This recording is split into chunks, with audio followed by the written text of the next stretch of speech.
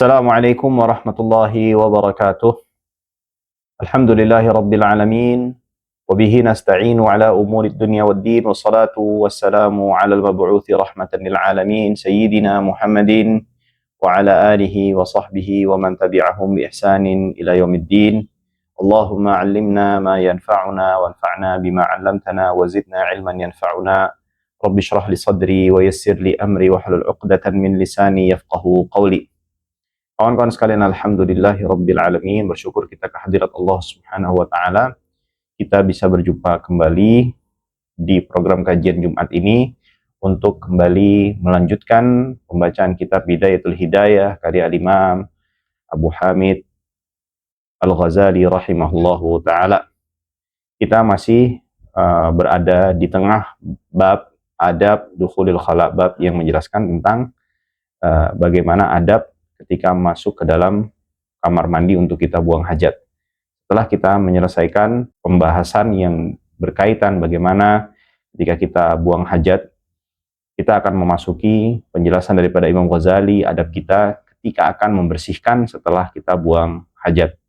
Di sini Al-Imam Al-Ghazali rahimahullahu taala mengatakan, wajma' fil istinja'i baina isti'malil hajari wal ma'.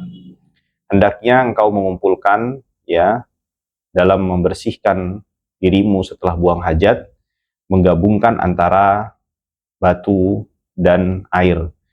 Tentu ini di zaman beliau, untuk di zaman kita saat ini bisa menggunakan segala sesuatu yang bahannya, kriterianya adalah dia bisa menghilangkan, mengangkat najis yang ada pada tubuh kita, atau di bagian tempat kita mengeluarkan hajat kita, dan dia bentuknya atau kriterianya adalah kokoh, yang tidak hancur ketika terkena air, atau tidak mudah terurai, dan juga dia berbahan yang bersih, suci, dan bukan dari sesuatu hal yang najis. Di sini Imam Al-Ghazali menganjurkan kita untuk menggabungkan antara hajar, batu, dan yang semisal, atau yang sesuai dengan kriteria batu tersebut atau yang bisa menggantikan batu tersebut. Lalu setelahnya adalah air, Hal ini sebagaimana anjuran ini terdapat dalam sebuah hadis yang menjelaskan firman Allah Subhanahu wa taala di dalam surat At-Taubah ayat 108, fihi rijalu yuhibbuna ay yatatahharu wallahu yuhibbul mutahhirin. Dan di Masjid Quba terdapat laki-laki atau kaum yang suka untuk membersihkan dan mensucikan diri mereka. Wallahu yuhibbul mutahhirin. Allah Subhanahu wa taala menyukai orang-orang yang senantiasa membersihkan dirinya. Lalu Rasulullah sallallahu alaihi wasallam menjelaskan atau menyampaikan kepada ahli Quba bahwasannya ayat ini membicarakan tentang mereka yang dimana mereka disifati oleh Allah Subhanahu wa taala sebagai orang yang senantiasa menyucikan, membersihkan dirinya. Lalu Rasulullah SAW bertanya, apa yang kalian lakukan sehingga Allah sampai memuji kalian? Lalu penduduk Quba menjelaskan bahwasannya kami senantiasa menggabungkan antara penggunaan batu dan air. Tentu untuk di era kita saat ini menggabungkan seperti misalnya tisu, dan dilanjutkan setelahnya adalah menggunakan air. Lalu Al-Imam Al-Ghazali mengatakan, fa idza aradta al-iqtisara ala ahadihima fal ma'u afdal. Akan tetapi bila kita ingin menggunakan salah satu dari kedua hal tersebut, maka yang lebih afdal di antara batu dan yang sejenis atau yang semisal dengan batu dan air, mana yang lebih didahulukan, mana yang lebih afdal di antara keduanya? Kata Imam Ghazali, air lebih afdal. Pertanyaannya, mengapa menggunakan batu dan dilanjutkan dengan air ini lebih afdal? Ada beberapa hal di antaranya, dikarenakan itu akan menjadikan kita ketika membersihkan diri kita setelah buang hajat tanpa harus bersentuhan secara langsung dengan kotoran yang kita sudah keluarkan.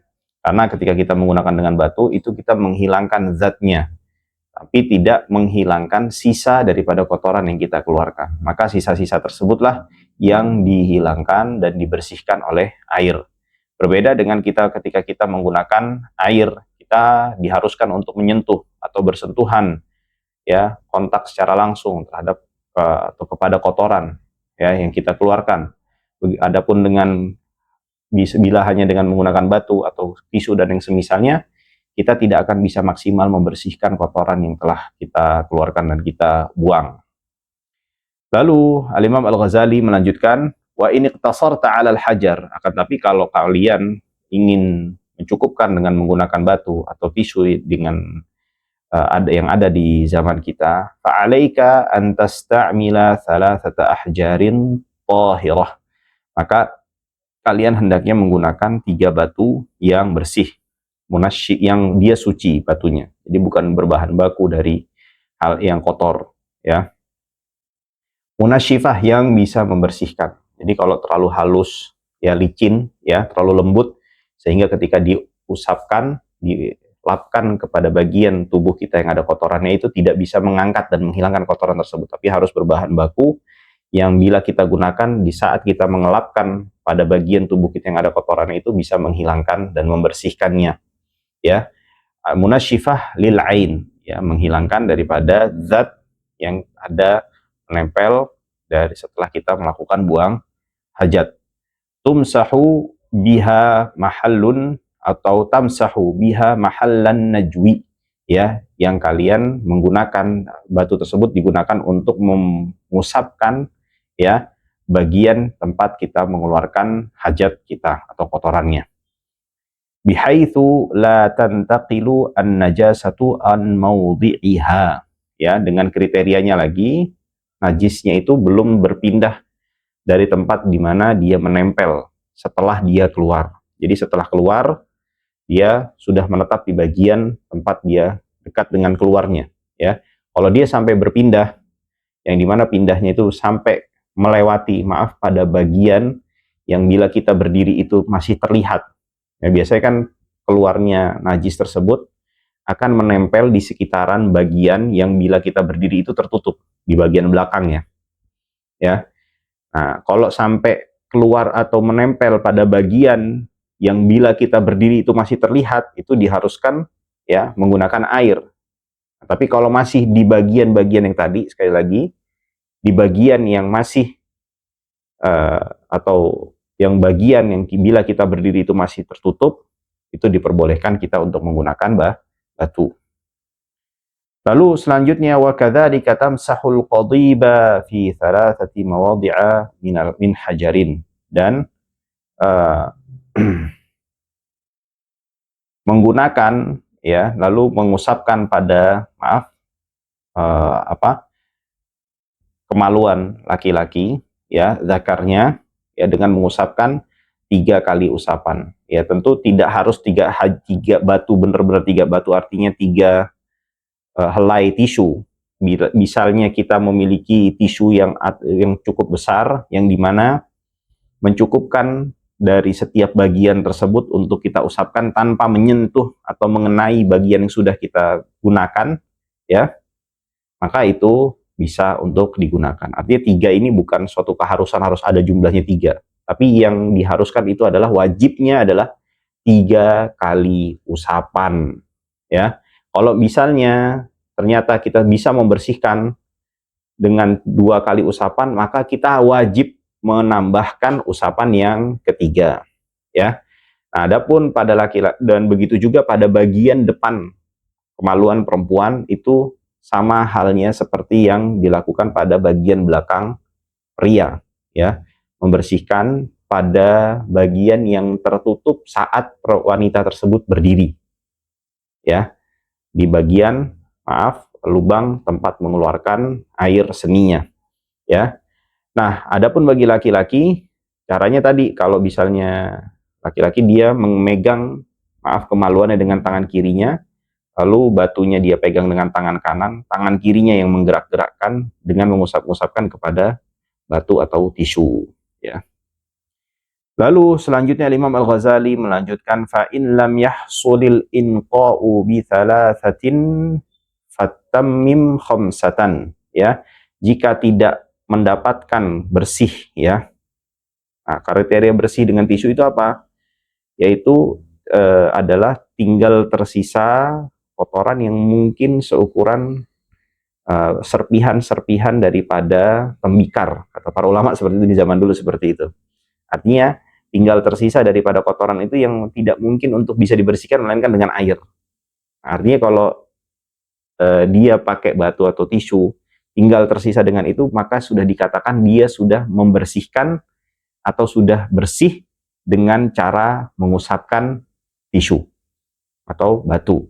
Akan tetapi kata para ulama mengatakan fa in lam yahsulil inqa'u bi thalathatin, kalau dia belum bisa membersihkan dengan tadi kriteria bersihnya itu dengan 3 kali usapan, ya, fatammim khamsatan, maka genapkanlah sampai kepada atau lengkapilah sampai ke 5 kali usapan.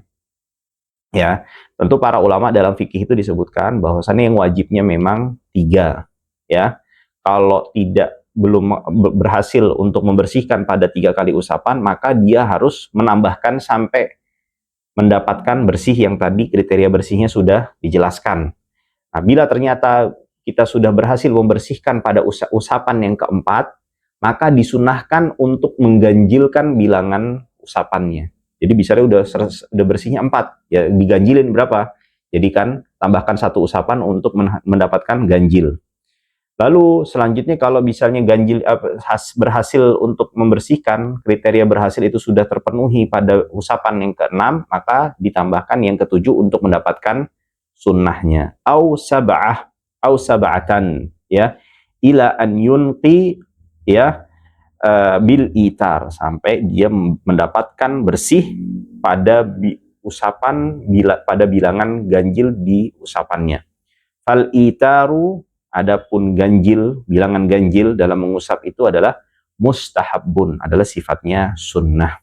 Ya, karena Rasulullah Shallallahu Alaihi Wasallam bersabda, wa man istajmara falyutir, siapa yang istinja dengan menggunakan batu atau yang tisu di zaman kita, maka hendaknya mengganjilkan bilangan usapannya.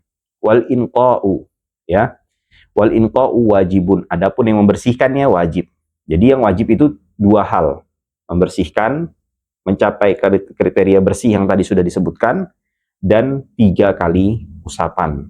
Jadi kalau misalnya kita sudah memenuhi salah satu dari 2 syaratnya, yaitu membersihkan, yang notabene misalnya didapatkan dengan 2 kali usapan, maka kita harus menambahkan sampai 3 kali. Ini sudah mendapatkan wajib plus mendapatkan sunnah.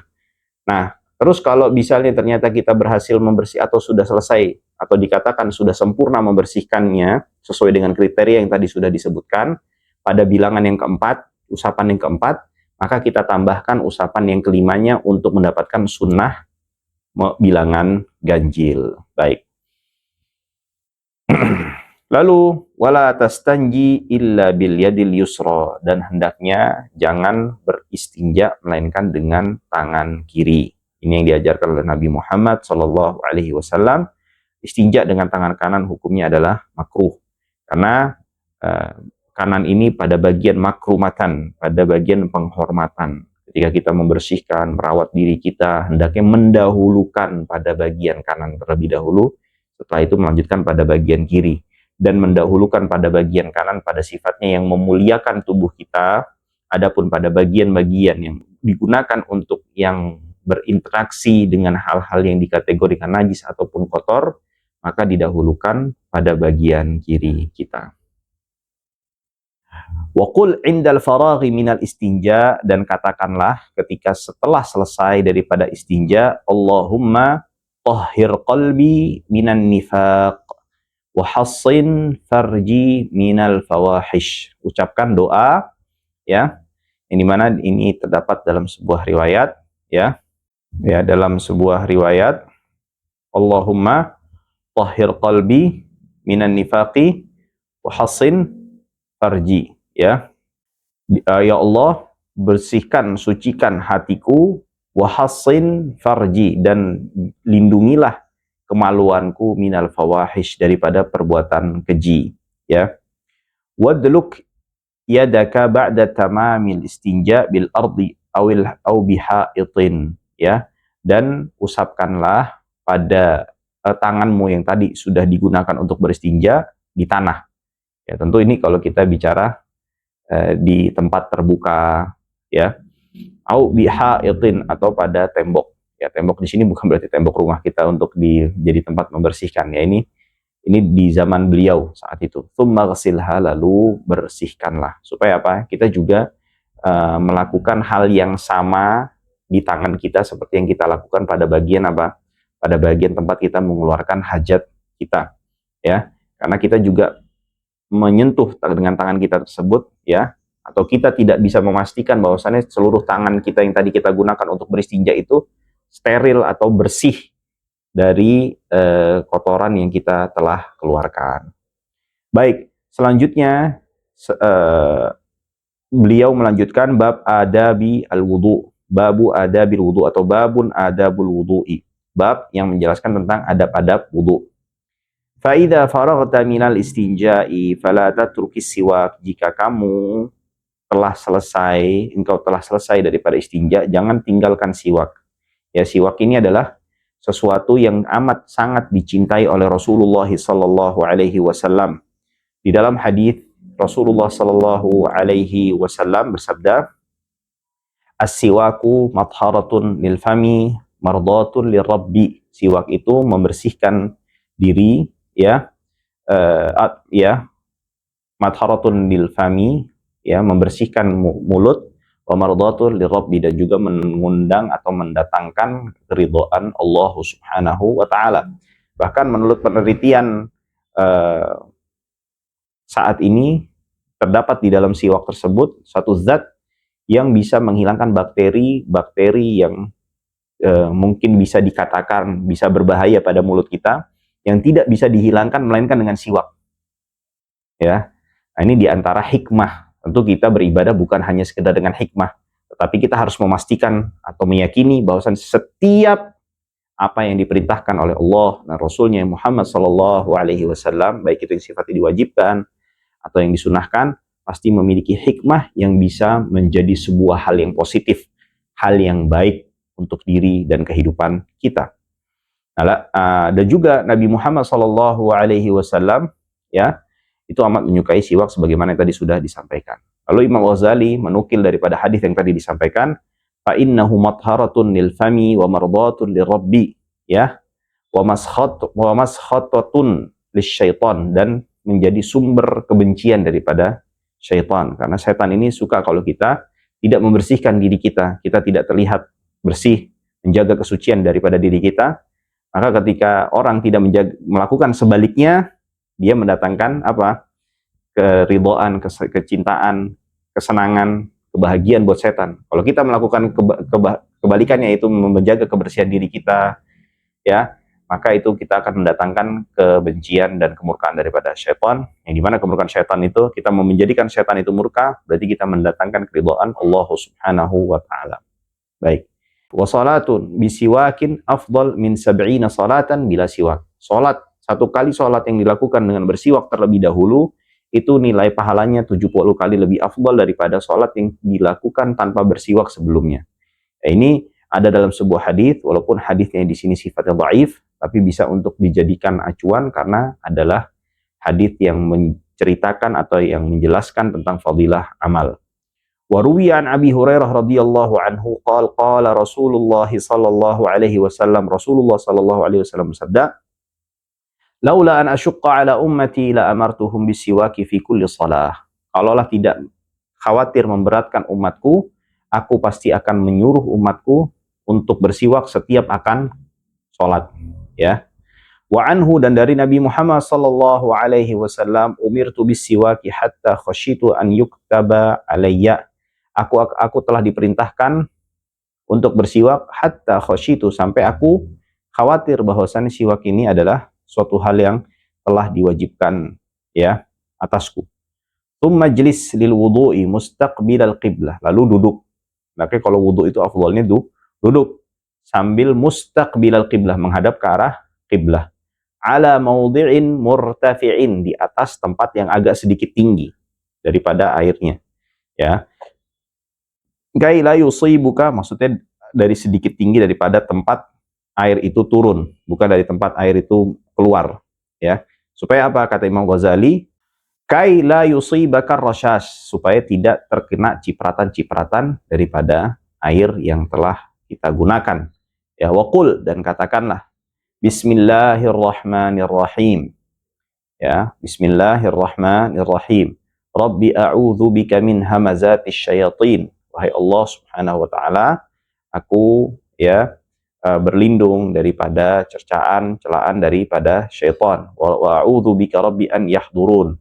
Ya, dan aku berlindung ya, atau aku berlindung tadi dari waswasan syaitan, ya. Wa a'udzu bika rabbi an yahdurun, dan aku berlindung daripada setan itu menimpakan keburukan kepada diriku. Tsumma ghsil yadayka thalathan qabla an tudkhilahumal ina, dan hendaknya kita untuk membersihkan tangan kita terlebih dahulu sebelum kita memasukkan tangan kita ke dalam wadah. Ini kalau kita wudhunya di satu tempat wadah, ya, bukan di air yang mengalir, ya. Wa qul Allahumma inni as'aluka wal barakata wa a'udzu bika minasyu'mi wal mahlaka. Ya, wahai Allah Subhanahu wa taala, aku memohon kepadamu keberkahan, ya, dan aku berlindung kepadamu daripada keburukan, wal mahlakah, dan kebinasaan, ya. Tummanwi raf'al hadathi aw istibahati as-shalah. Tummanwi raf'al hadathi aw istibahatas salati. Lalu hadirkan niat, ya, untuk mengangkat hadas atau niat untuk agar kita diperbolehkan untuk melakukan sholat. Karena kita tidak diperbolehkan untuk sholat, melainkan hanya dengan syarat kita telah membersihkan diri kita daripada hadas ataupun najis yang ada pada tubuh dan pakaian kita. Tummanwi raf'al hadathi aw istibahatas salati, ya, wala yanbaghi an ta'ziba niyyatuka, ya, qabla ghaslil wajhi, ya, dan jangan ketika kita mencuci tangan tersebut, niatnya berbarengan dengan mencuci tangan kita tersebut, niat tersebut jangan sampai kita lalaikan atau menghilang daripada hati kita. Sampai kapan? Sampai kita mencuci wajah kita, ya. Fala yasihhu wudu'uka, karena kalau kita melakukan seperti itu, ketika kita mencuci wajah dalam kondisi kita tidak menghadirkan niat, tidak sah wudu kita.